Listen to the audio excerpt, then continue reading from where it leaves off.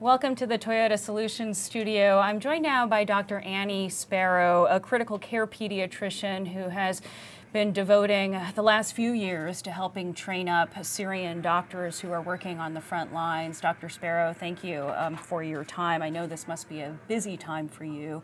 Obviously, all of us have seen the most recent news out of Syria, yet another chemical attack. We all have our own reactions when we see the terrible pictures coming out of Syria. But I wonder, what are the doctors that are taking in victims of those chemical attacks? What are they facing and what are they needing on the ground right now? These doctors who are working in these horrific conditions have been targeted right from the beginning, well before this was a war, when it was a revolution, when people were standing up for basic things like freedom and dignity, and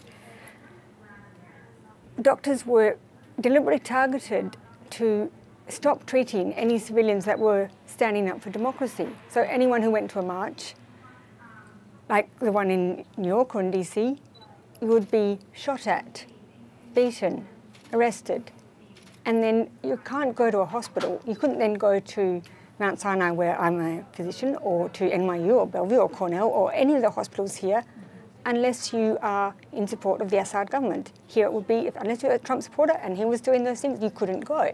So they then had to create these secret field hospitals, which originally were in places like mosques or somewhere where you think would be safe. No one's going to target a church or a mosque, right? But they do. And they've done that since March 2011, when the first doctor was killed, as was the ambulance driver, for trying to rescue a student who was injured, shot at, in one of the very first marches, in the very first week of the revolution. And so he died in the line of duty. The patient remarkably survived. He was shot once in the mosque by the Syrian army and its Iranian support. And then on the way back to the hospital, the ambulance was ambulanced, shot at, the driver was immediately killed, and then the doors were opened.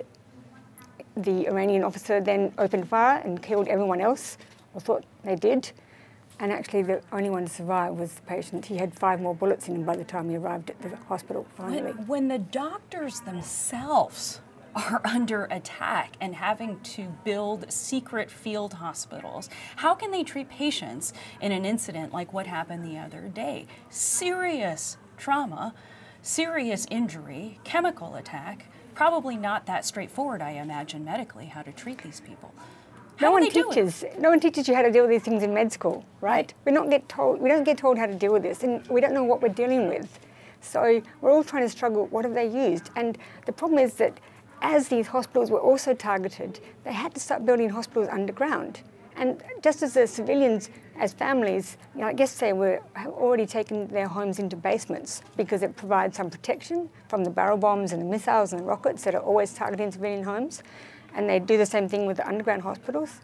These places are the worst places then when a chemical attack happens, because the gas sinks down into the basements and the underground hospitals. So then you're forced, as we saw, to see people are trying to wash patients off. And then they have to get them underground. You need to treat people in well-ventilated areas, get rid of the gas. And then the doctors themselves are trying to treat patients, and they're inhaling the same gas on the clothes on the patients that are also sent into the hospitals, and they themselves die. Like my colleague last week, Dr. Ali Dawish, and he was killed by a similar cocktail of sarin and chlorine, both of which, sarin suffocates you to death, that you can't breathe, and when you inhale chlorine, it turns into hydrochloric acid, dissolve in your lungs. So he died. His patient survived because he wouldn't leave until his patient was safe. My condolences for your loss of your friend. Let's talk about solutions. And what you see as a medical professional are crises that can be addressed now, because the Syrian war is now going into, its 6th, 7th year since 2011. What solutions are possible in your mind? We have to get beyond just watching and providing things like gas masks or atropine, because these are, first of all, they're entirely inadequate to deal with this level, this scale of deliberate killing. And honestly, you can't resuscitate a patient, a child, wearing a gas mask and a Ebola protection suit, which is what you'd be doing here. But you can't do that. Okay. And we have to get beyond that, which is also, that's what is happening at the moment when people send atropine or whatever. It's like saying, we know your government's going to kill you and kill your children in the most obscene way possible. And we're not going to stop them, but here's some, resources which you won't be able to use anyway. And just to be clear, atropine, is that an antidote for these chemicals? No. How is it used? It's just as a resuscitation agent, so it helps you keep the patient alive while you're trying to figure out what's going on. So we need to catch the problem before that. Well before. Okay, so what's the solution there that you So there are several things that can be done. Okay. And Tina asked me today for a hashtag, and I said, okay, I'll give you one, Force for Good. Force for good, because I do believe that US and its allies, other governments, Canada, etc., can be a force for good. But to do that, we have to give a, we have to say, okay, we're not going to watch these images anymore.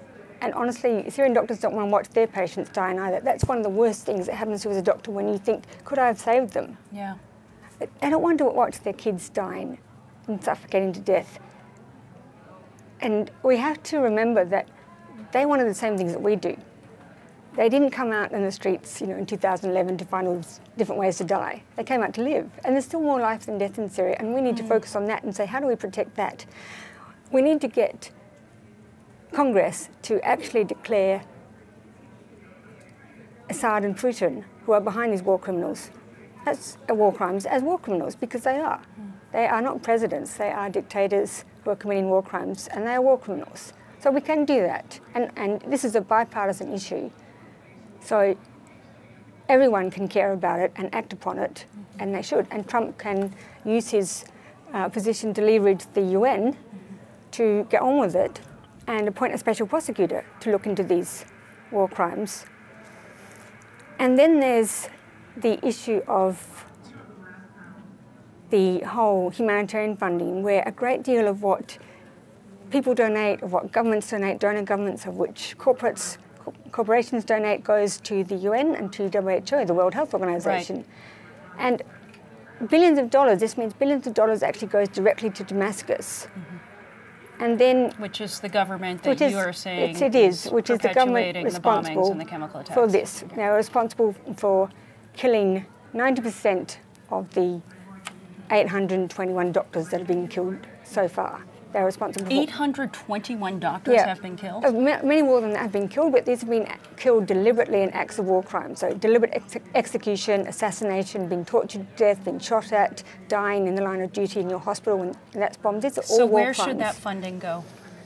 That should be directed instead to the Syrian doctors on the ground and the Syrian NGOs that are doing all the work, the doctors on the front lines. And the UN needs to actually take that moral authority that it wants to have and to stop and to say, we're going to freeze our funding, any funding to Damascus, until you stop targeting the hospitals, until you stop bombing kids in their beds and suffocating them. This needs to stop. And we can all get behind that. Yeah. Dr. Annie Sparrow, such an important voice that needs to continue to be aired in times where we wonder whether people do give. Hashtag Force for Good. Thank you so much.